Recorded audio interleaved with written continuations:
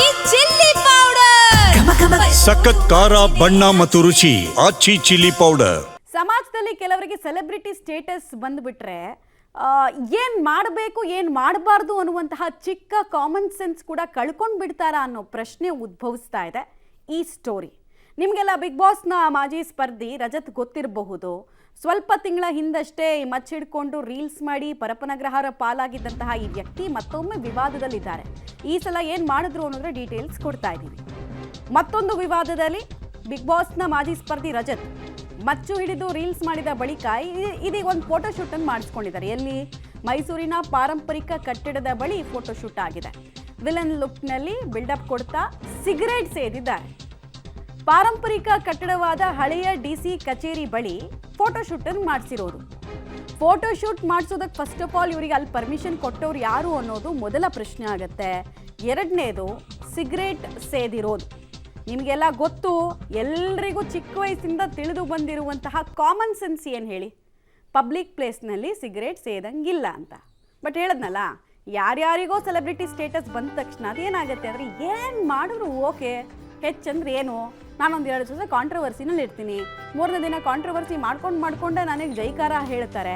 ಅದೊಂದು ಹುಚ್ಚುತನ ಇತ್ತೀಚಿನ ದಿನಗಳಲ್ಲಿ ಟ್ರೆಂಡ್ ಆಗ್ತಿದೆ. ಅದರ ಪರಿಣಾಮ ಗಮನಿಸ್ತಾ ಇದ್ದೀವಿ ನಾವು. ಪಾರಂಪರಿಕ ಕಟ್ಟಡವಾದ ಹಳೆಯ ಡಿಸಿ ಕಚೇರಿ ಬಳಿ ಈ ವ್ಯಕ್ತಿ ಮಾಡಿರುವಂತಹ ಫೋಟೋಶೂಟ್ ಎಂಥದ್ದು ಅಂತ ಇದರ ಮುಂದುವರೆದ ಡೀಟೇಲ್ಸ್ ಅನ್ನ ಕೂಡ ಕೊಡ್ತಾ ಹೋಗ್ತೀವಿ ನಾವು. ರಜತ್ ಕಿಶನ್ ಅಲಿಯಾಸ್ ಬುಜ್ಜಿ ಬಿಗ್ ಬಾಸ್ನ ಮಾಜಿ ಸ್ಪರ್ಧಿ ಕಿರುತೆರೆಯಲ್ಲೂ ಕೂಡ ನಟನೆ ಮಾಡಿದ್ದಾರೆ. ಈ ವ್ಯಕ್ತಿ ಈಗ ಮತ್ತೊಮ್ಮೆ ವಿವಾದದ ಸುಳಿಯಲ್ಲಿದ್ದಾರೆ. ಸಿಗರೆಟ್ ಅನ್ನ ಹಿಡಿದು ರೀಲ್ಸ್ ಮಾಡಿ ಸೋಷಿಯಲ್ ಮೀಡಿಯಾಗೆ ಅಪ್ಲೋಡ್ ಮಾಡಿದ್ದಾರೆ. ಮಚ್ಚನ್ನ ಹಿಡಿದು ರೀಲ್ಸ್ ಮಾಡಿ ವಿವಾದವನ್ನ ಮತ್ತೆ ಮೈಮೇಲೆ ಎಳೆದುಕೊಂಡಿದ್ದಾರೆ ರಜತ್. ಒಮ್ಮೆ ಜೈಲಿಗೆ ಹೋಗಿ ಬಂದರೂ ಕೂಡ ಬುದ್ಧಿ ಕಲ್ತಿಲ್ಲ ರಜತ್ ಅನ್ನೋದು ಗೊತ್ತಾಗ್ತಾ ಇದೆ. ಸಿಗರೆಟ್ ರೀಲ್ಸ್ ಮಾಡಿ ಇನ್ಸ್ಟಾಗ್ರಾಮ್ನಲ್ಲಿ ಅಪ್ಲೋಡ್ ಮಾಡಿದ್ದಕ್ಕೆ ಸಾರ್ವಜನಿಕ ವಲಯದಲ್ಲಿ ಆಕ್ರೋಶ ವ್ಯಕ್ತವಾಗ್ತಾ ಇದೆ. ಇದೇ ಒಬ್ಬ ಸಾಮಾನ್ಯ ವ್ಯಕ್ತಿ ಮಾಡಿದ್ರೆ ನೀವೇನು ಮಾಡ್ತಿದ್ರಿ? ಫೈನ್ ಹಾಕ್ತಿದ್ರಿ. ರಜತ್ ಕಿಶನ್ಗೆ ಯಾಕೆ ಆಗ್ತಿಲ್ಲ ಪ್ರಶ್ನೆ ಮಾಡ್ತಾ ಇದ್ದಾರೆ. ಆಮೇಲೆ ಈ ರೀತಿ ಎಡವಟ್ಟು ಮಾಡ್ಕೊಳ್ಳೋದು, ವಿವಾದ ಮೇಲೆ ಹೇಳ್ಕೊಳ್ಳೋದು ರಜತ್ಗೇನು ಹೊಸದಾ? ಇಲ್ಲ, ಆಗಾಗ ಇದು ಆಗ್ತಾನೆ ಇರುತ್ತೆ. ವಿನಯ್ ಗೌಡ ಜೊತೆಗೆ ಸೇರಿಕೊಂಡು ಅಸಲಿ ಮಚ್ಚಿಡ್ಕೊಂಡು ಪರಪ್ಪನಗ್ರಹಾರ ಜೈಲಿಗೆ ಹೋಗಿ ಬಂದರು. ಇನ್ಮೇಲೆ ಹುಷಾರಾಗಿರ್ತೀನಿ, ಈ ರೀತಿಯ ಎಡವಟ್ಟುಗಳನ್ನೆಲ್ಲ ಮಾಡಲ್ಲ ಅಂಥೇಳಿ ಪ್ರಾಮಿಸ್ ಕೂಡ ಮಾಡಿದರು. ಈಗೇನು ಮಾಡಿದ್ದಾರೆ ರಜತ್ತು? ಮತ್ತದೇ ತಪ್ಪು. ಡೀಟೇಲ್ಸ್ ಕೊಡ್ತಾರೆ KP ನಾಗರಾಜ್ ನೇರ ಸಂಪರ್ಕದಲ್ಲಿ. KP ನಾಗರಾಜ್, ಪಾರಂಪರಿಕ ಕಟ್ಟಡಗಳಂದ್ರೆ ಅದು ನಮ್ಮ ರಾಜ್ಯದ ಭವ್ಯ ಇತಿಹಾಸವನ್ನು ಹೇಳುವಂತಹ ಕಟ್ಟಡ. ಅಂತಹ ಕಟ್ಟಡಗಳ ಎದುರು ಹಿಂಗೆ ಹುಚ್ಚುಚ್ಚಂಗ್ ಫೋಟೋಶೂಟ್ ಮಾಡೋದಕ್ಕೆ ಫಸ್ಟ್ ಆಫ್ ಆಲ್ ಪರ್ಮಿಷನ್ ಇದೆಯಾ? ಒಂದು. ಎರಡನೇದು, ಇವ್ರಿಗೆಲ್ಲ ಹೆಂಗಿರುತ್ತೆ ಅಂದರೆ ಏನು ಮಹಾ ಆಗ್ಬಿಡುತ್ತೆ, ಸಾರ್ವಜನಿಕ ವಲಯದಲ್ಲಿ ಸಿಗರೇಟ್ ಸೇದಿದ್ರೆ ಏನಾಗುತ್ತೆ, ಒಂದು 500 ರೂಪಾಯಿಂದ 2000 ರೂಪಾಯಿ ಒಳಗೆ ಫೈನ್ ಹಾಕ್ತಾರೆ. ಒಂದು ಹಬ್ಬ ಅಂದರೆ ಒಂದು 10 ದಿನ ಅಥವಾ 1 ತಿಂಗಳು ಜೈಲಿಗೆ ಇಡ್ತಾರೆ. ಇನ್ನೇನು ಆಗ್ಬಿಡುತ್ತೆ, ನಮ್ಮನ್ನು ಏನು ಮಾಡ್ಕೊಂಡ್ಬಿಡ್ತಾರೆ ಅನ್ನೋ ಹುಚ್ಚುತನ ಹುಂಬತನ ಕಾಣಿಸ್ತಿದೆ ಇದರಲ್ಲಿ.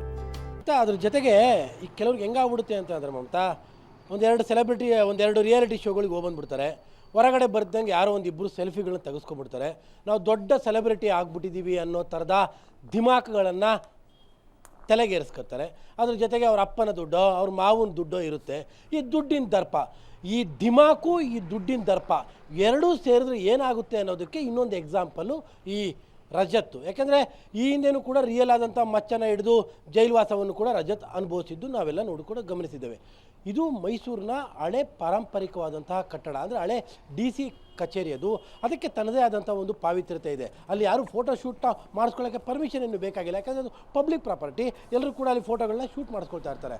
ಆದರೆ ಸಾರ್ವಜನಿಕವಾದಂತಹ ಸ್ಥಳದಲ್ಲಿ ಮತ್ತು ಸೋಕಾಳ್ ನಾನು ದೊಡ್ಡ ಸೆಲೆಬ್ರಿಟಿ ಆಗಿಬಿಟ್ಟಿದ್ದೀನಿ ಅನ್ನುವಂತಹ ರಜತ್ ಈ ರೀತಿಯಾಗಿ ಸಿಗರೇಟನ್ನು ಸೇದುವಂಥದ್ದು, ಅದ್ರ ಜೊತೆಗೆ ಆ ವಿಡಿಯೋವನ್ನೇ ಅದಕ್ಕೊಂದು ಬೇರೆ ಮ್ಯೂಸಿಕ್ ಹಾಕ್ಕೊಂಡು ತನ್ನ ಇನ್ಸ್ಟಾಗ್ರಾಮ್ ಖಾತೆಗಳಿಗೆ ಹಾಕ್ಕೊಳ್ಳುವಂಥದ್ದನ್ನು ಗಮನಿಸ್ತಾ ಇದ್ದರೆ ನೀವು ಹೇಳ್ದಂಗೆ ಯಾರು ಏನು ಮಾಡ್ಕೊಂಡ್ಬಿಡ್ತಾರೆ, ಸೋ ವಾಟ್, 5 ದಿನ ಜೈಲಿಗೆ ಹೋಗಿ ಬಂದರು ಮತ್ತೇನು ಅನ್ನುವಂತಹ ದಿಮಾಕುಗಳು, ಕೊಬ್ಬುಗಳು ಜಾಸ್ತಿ ಆದರೆ ಏನಾಗುತ್ತೆ ಅನ್ನೋದಕ್ಕೆ ಈ ಉದಾಹರಣೆನೂ ಈ ವಿಡಿಯೋನು ಕೂಡ ಇನ್ನೊಂದು ಎಕ್ಸಾಂಪಲ್. ಮೈಸೂರಿನ ಹಳೆ DC ಕಚೇರಿಯ ಮುಂಭಾಗದಲ್ಲಿ ರಜತ್ ಈ ರೀತಿಯಾದಂಥ ಒಂದು ಫೋಟೋಶೂಟನ್ನು ಮಾಡಿಸ್ಕೊಂಡಿರುವಂಥದ್ದು. ಅಲ್ಲಿ ಸಾಮಾನ್ಯವಾಗಿ ಫೋಟೋಶೂಟ್ಗಳು ಎಲ್ಲರದು ಕೂಡ ನಡೆಯುತ್ತೆ. ಅದಕ್ಕೊಂದು ಸೌಜನ್ಯವಾಗಿರುತ್ತೆ ಮತ್ತು ಅದಕ್ಕೊಂದು ನಾಗರಿಕತೆ ಇರುತ್ತೆ.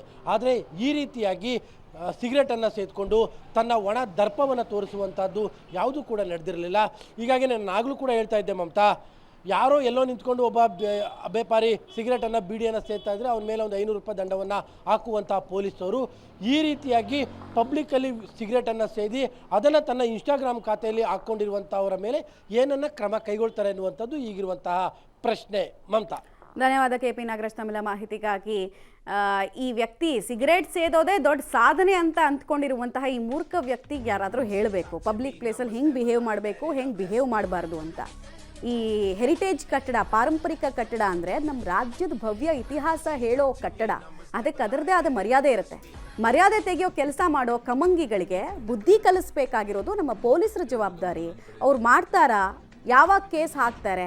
ಯಾವಾಗ ಈ ವ್ಯಕ್ತಿಯನ್ನು ವಿಚಾರಣೆ ಕರೀತಾರೆ ಅನ್ನೋದು ನಮ್ಮ ಪ್ರಶ್ನೆ. ಒಂದೆರಡು ರಿಯಾಲಿಟಿ ಶೋನಲ್ಲಿ ಬಂದುಬಿಟ್ರೆ ಇನ್ನೆರಡು ಕೊಂಬಿರುತ್ತಾ?